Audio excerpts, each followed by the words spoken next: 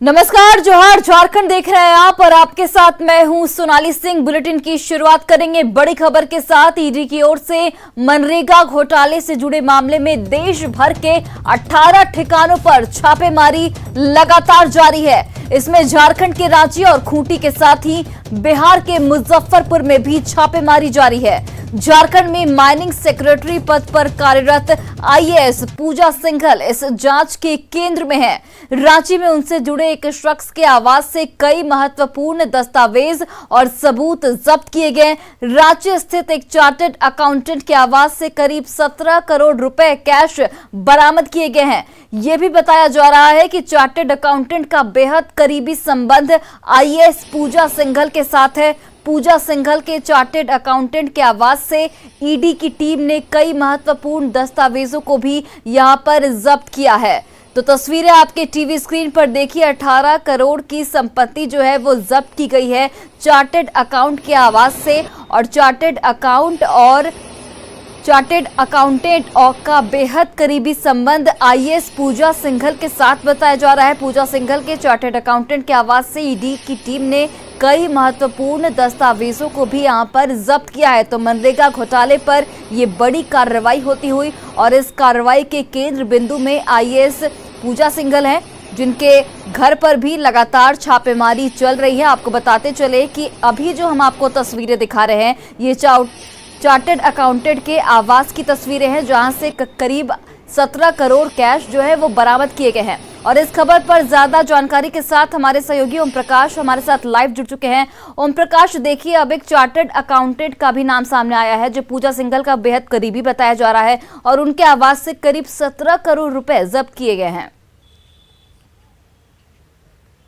जी, बता दें कि सुबह 7 बजे से ही ईडी की कार्रवाई शुरू हुई है और अगर रांची की ही सिर्फ बात की जाए तो करीब 4 ठिकानों पर ईडी की टीम छापेमारी कर रही है, जिसमें कि कई महत्वपूर्ण दस्तावेज जो हैं वो भी बरामद हुए हैं। वहीं अब जो जानकारी सामने मिलकर आई है कि वो करीब 17 करोड़ रुपए जो ईडी को वो भी बरामद हुए हैं, जो पूजा सिंघल के जो पीएस हैं, जो पीए हैं, जो काफी करीबी हैं उनके आवास से मिले। तो कहीं ना कहीं एक बड़ी कामयाबी है ईडी के अफसरों के लिए, जिस तरह से जांच टीम ने सुबह से ही यहां पर, इस वक्त हम आपको पूजा सिंघल के आवास की जो सरकारी आवास है उसकी तस्वीरों से रूबरू करा रहे हैं, जहां पर अभी भी फिलहाल कहा जाए तो ईडी की टीम जो है वो मौजूद है और तथ्यों को खंगाल रही है। वहीं सूत्रों से मिली जानकारी के अनुसार कई अहम जानकारियां और भी मिल रही है, जिसके बाद ईडी की जो छापेमारी का दायरा है वो भी बढ़ सकता है और कई लोग इसके चपेटे में आ सकते हैं, जिन पर ईडी की दबिश आने वाले दिनों में देखने को मिलेगी। लेकिन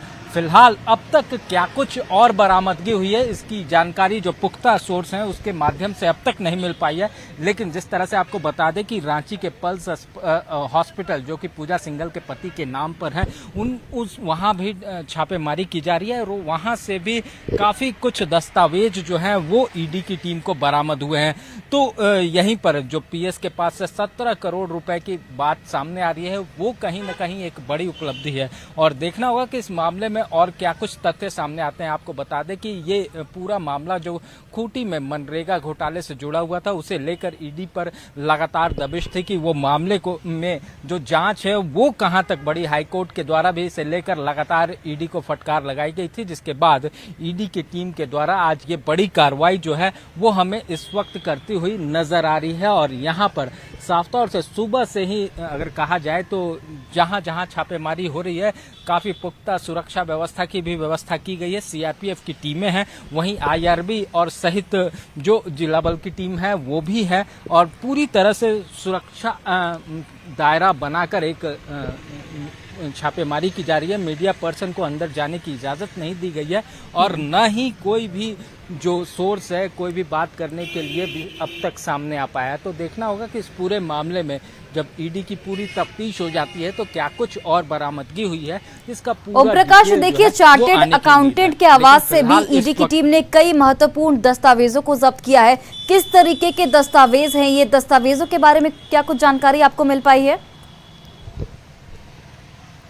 जी, अब तक जो जानकारी मिल पाई है वो सिर्फ यही कि महत्वपूर्ण दस्तावेज है, लेकिन किस जमीन से रिलेटेड भी कुछ मामले हैं, तो वहीं पर कुछ लीज माइनिंग से भी जो संबंधित मामले हैं वो बताए जा रहे हैं। हालांकि इसकी आधिकारिक पुष्टि अब तक नहीं की गई है, लेकिन कहा जाए तो काफी कुछ अहम सुराग जो हैं वो ईडी की टीम को जरूर मिले हैं और पूरे मामले में अब जो दबिश है वो जरूर जो है पूजा सिंघल पर भी इसकी दबिश जो है वो देखने को मिलेगी। हो सकता है कि इस मामले में और भी कुछ कार्रवाई हो और भी कुछ चेहरे सामने आए जिन पर इसके बाद अब ईडी की छापेमारी और जो टीम है उसकी दबिश देखने को मिले। जी ओम प्रकाश, देखिए जैसा कि आपने अभी कहा कि कई सफेद पोश अधिकारी अब रडार पर आ चुके हैं, कईयों के चेहरे जो बेनकाब हो सकते हैं, ऐसे में आगे कार्रवाई किस दिशा में आगे बढ़ेगी?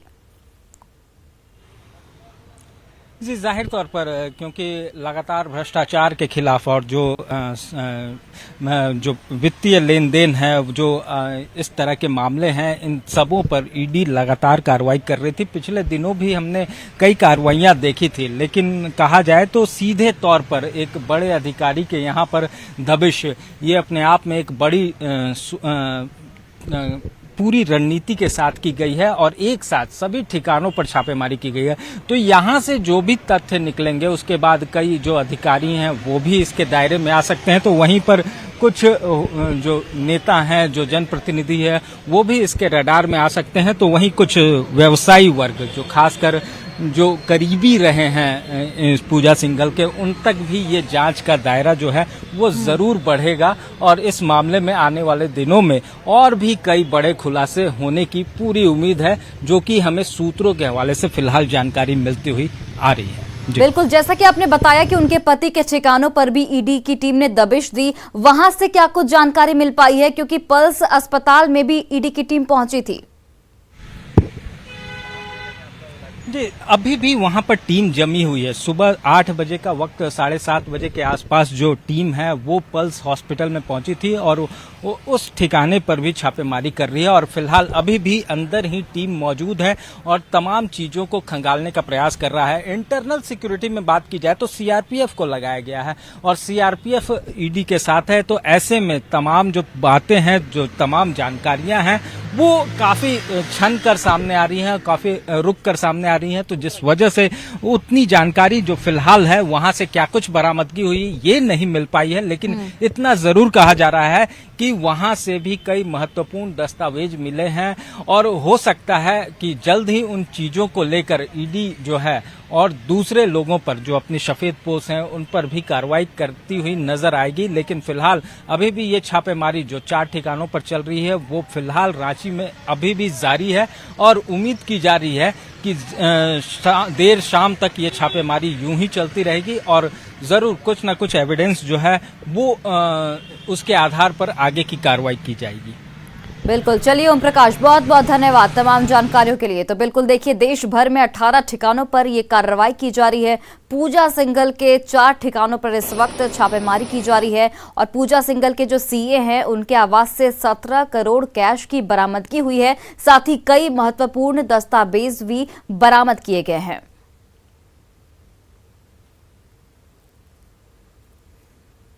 मनरेगा घोटाले में आईएएस पूजा सिंघल पर शिकंजा जो है वो कसता जा रहा है। झारखंड कैडर की आईएएस पूजा सिंघल काफी सुर्खियों में रही हैं। पूर्व की बीजेपी सरकार में भी पूजा सिंघल अच्छे पदों पर रही, तो वही वर्तमान में हेमंत सरकार में भी वो सरकार के महत्वपूर्ण पदों पर काबिज हैं, जिसे लेकर हाईकोर्ट में पीआईएल भी दायर किया गया। वहीं खूंटी में मनरेगा घोटाले में उन पर आरोप है। खूंटी में हुआ ये कि मनरेगा घोटाला 28 करोड़ के आसपास है, जिसे लेकर प्रवर्तन निदेशालय की टीम जांच कर रही है। वहीं वर्तमान में मुख्यमंत्री हेमंत सोरेन के खनन पट्टे में भी पूजा सिंघल का नाम जोर शोर से उछल रहा है, जिस पर निर्वाचन आयोग भी सक्रिय है। मामले की जांच को लेकर पूजा सिंघल और उनके पति के ठिकानों पर ईडी की दबिश है। रांची के पल्स अस्पताल में भी ईडी की टीम फिलहाल पहुंची हुई है, जहां पर छापेमारी की कार्रवाई लगातार जारी है।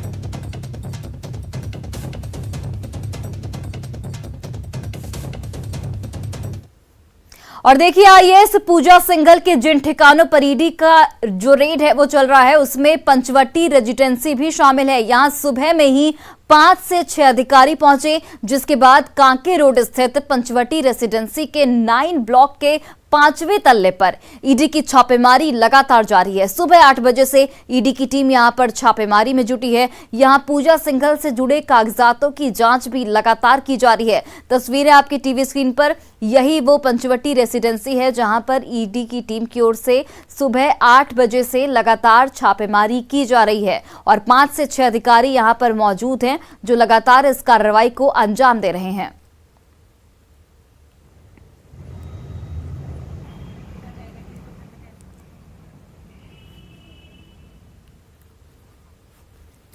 और देखिए, मनरेगा घोटाला मामले में केंद्रीय जांच एजेंसी ईडी ने आईएएस पूजा सिंघल के मुजफ्फरपुर स्थित ससुराल में भी छापेमारी की है। मुजफ्फरपुर में मिठनपुरा इलाके के जगदीशपुर लेन स्थित उनके ससुराल में छापेमारी फिलहाल की जा रही है। फिलहाल ईडी की कार्रवाई लगातार जारी है। तो ये बड़ी खबर आपको बता रहे हैं, जहां पर आईएएस पूजा सिंघल के मुजफ्फरपुर स्थित ससुराल में इस वक्त ईडी की टीम पहुंच चुकी है और वहां पर छापेमारी की जा रही है। मुजफ्फरपुर में मिठनपुरा इलाके के जगदीशपुर लेन स्थित उनके ससुराल में फिलहाल छापेमारी की कार्रवाई की जा रही है। फिलहाल ईडी की ओर से ये कार्रवाई जारी है। तो ये बड़ी खबर आपको बता रहे हैं, जहां पर बिहार के मुजफ्फरपुर के आवास पर, पूजा सिंघल के आवास पर लगातार छापेमारी की जा रही है।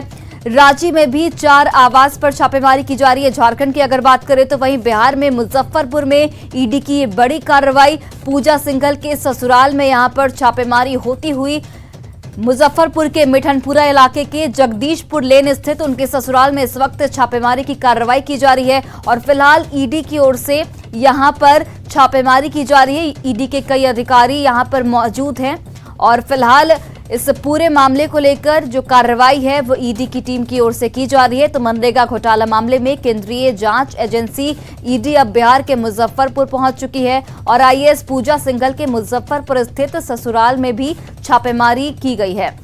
और देखिए, हमारे साथ भाजपा नेता सीपी सिंह फोन लाइन पर जुड़ गए हैं। सीपी सिंह, आपका बहुत बहुत स्वागत है न्यूज 18 बिहार झारखंड पर। देखिए, लगातार ऐसे सफेद पोश अधिकारियों पर कार्रवाई की जा रही है। अब मनरेगा घोटाले का जो मामला उठा है उसमें झारखंड की जो आईएएस हैं पूजा सिंघल, वो केंद्र बिंदु में है। क्या कुछ कहना चाहेंगे? नहीं, देखिए, मैं तो ये नहीं जानता कि किसने घोटाला किया है या नहीं किया है, लेकिन इतना मैं जरूर जानता हूँ कि केंद्रीय प्रवर्तन निदेशालय, जिसको ईडी बोलते हैं, वो बहुत सी चीजें पहले पता कर लेती हैं। जब प्रथम दृष्टिया कोई आरोप होता है तब इस प्रकार की कार्रवाई करते हैं। सवाल यह है कि मेरी समझ में प्रवर्तन निदेशालय को और भी त्वरित गति से, तेज गति से ये कार्रवाई करनी चाहिए, क्योंकि बहुत से ऐसे लोग हैं जिनको सब लोग जानता है जी, लेकिन कार्रवाई से बचे रह जाते हैं। मेरा ये कहना मानना है कि केंद्रीय जो जांच एजेंसियां हैं वो ईमानदारी पूर्वक अपना काम करती हैं और इसमें किसी का हस्तक्षेप नहीं होता। स्वाभाविक रूप से ऐसी गतिविधियों में शामिल चाहे कोई भी रहे, प्रवर्तन निदेशालय राष्ट्र हित में अपने काम को करती है। तो मैं समझता हूं कि पुख्ता सबूत के बाद ही करती होगी। सच्चाई क्या है मैं नहीं जानता, लेकिन प्रवर्तन निदेशालय हो, इनकम टैक्स हो या अन्य केंद्रीय एजेंसियां जो भी काम करती हैं वो अपने जानकारी के आधार पर करती हैं, स्रोत के आधार पर करती हैं। इसमें किसी का दखल भी नहीं है और न होना चाहिए। सीपी सिंह जी, देखिए, अगर हम पूजा सिंघल की बात करें तो पूजा सिंघल झारखंड की राजनीति में भी एक बड़ा नाम है। कई पदों पर वो महत्वपूर्ण पदों पर तैनात है। ऐसे पदों पर तैनात होकर इस तरीके के घोटाले में नाम आना कहां तक आपको सही लगता है? नहीं, सही और गलत का तो मैं जानता ही नहीं ना हूँ। कौन घोटाला में है कि नहीं है, हो सकता है बहुत से और भी लोग हैं, इनसे भी बड़ी कोई हो, लेकिन मेरे को तो इसके बारे में कोई एबीसीडी जानकारी नहीं है। मैं इतना ही जानता हूँ, जो समाचार देखने को मिल रहा है कि प्रवर्तन निदेशालय कार्रवाई कर रहा है तो प्रवर्तन निदेशालय अपने जानकारी के आधार पर, अपने विश्वस्त स्रोतों के आधार पर इस तरह की कार्रवाई करती होगी। तो मुझे पूर्ण विश्वास है कि प्रवर्तन निदेशालय ईमानदारी पूर्वक अपने कामों को अंजाम देने का काम करेगी, चाहे कोई भी हो। बिल्कुल। सीपी सिंह जी, देखिए ये भी बात सामने आती है कि लगातार इस तरह के अधिकारियों पर कार्रवाई होती है ईडी की ओर से, लेकिन उसके बावजूद भी जो गोरख धंधा है इस तरीके का वो सरेआम चलता आ रहा है। तो इसके पीछे कहीं ना कहीं सरकार भी जिम्मेदारी लेती है अपनी। ये देखिए, सरकार कानून बनाती है, सरकार तो धारा 302 भी लगाती है ना मर्डर केस के लिए। कहिएगा कि मर्डर हो गया तो भाई जो करने वाला है उसकी जानकारी सरकार के पास तो नहीं है। वो व्यक्ति क्या सोच रहा है, उस सरकार के पास कोई ऐसा कोई मशीन तो है नहीं कि हर व्यक्ति पर लगा हुआ हो और वो वहां तक स्रोत पहुंचता है। जैसे फ्लाइट चलती है तो यहाँ से आपको कंट्रोल होता है। चलिए सीपी सिंह जी, बहुत बहुत धन्यवाद हमारे साथ बातचीत करने के लिए। और बड़ी खबर आपको धनबाद से बता रहे हैं, जहां पर धनबाद में ईडी की छापेमारी चल रही है। एटी देव प्रभा आउटसोर्सिंग के मालिक पर छापेमारी की गई है। एलबी सिंह के घर और ऑफिस पर रेड मारा गया है। आपको बताते चले कि डेको आउटसोर्सिंग कंपनी में भी छापेमारी की जा रही है। 6 स्थानों पर ईडी की ये छापेमारी होती हुई। तो ये बड़ी खबर आपको धनबाद से बता रहे हैं, जहां पर धनबाद में ईडी की ये बड़ी कार्रवाई। एटी देव प्रभा आउटसोर्सिंग के मालिक के आवास पर छापेमारी की जा रही है। एलबी सिंह के घर और ऑफिस पर इस वक्त ईडी की टीम मौजूद है, जहां पर छापेमारी की कार्रवाई लगातार जारी है। डेको आउटसोर्सिंग कंपनी में भी इस वक्त रेड मारा जा रहा है। 6 स्थानों पर ईडी की छापेमारी होती हुई। तो ये बड़ी खबर, बड़ी जानकारी आपको धनबाद से दे रहे हैं, जहां पर प्रवर्तन निदेशालय की ओर से एक और बड़ी कार्रवाई की गई है। ईडी की छापेमारी, जहां पर एटी देव प्रभा आउटसोर्सिंग के मालिक पर रेड मारा गया है। एलबी सिंह के घर और ऑफिस पर रेड मारा गया है।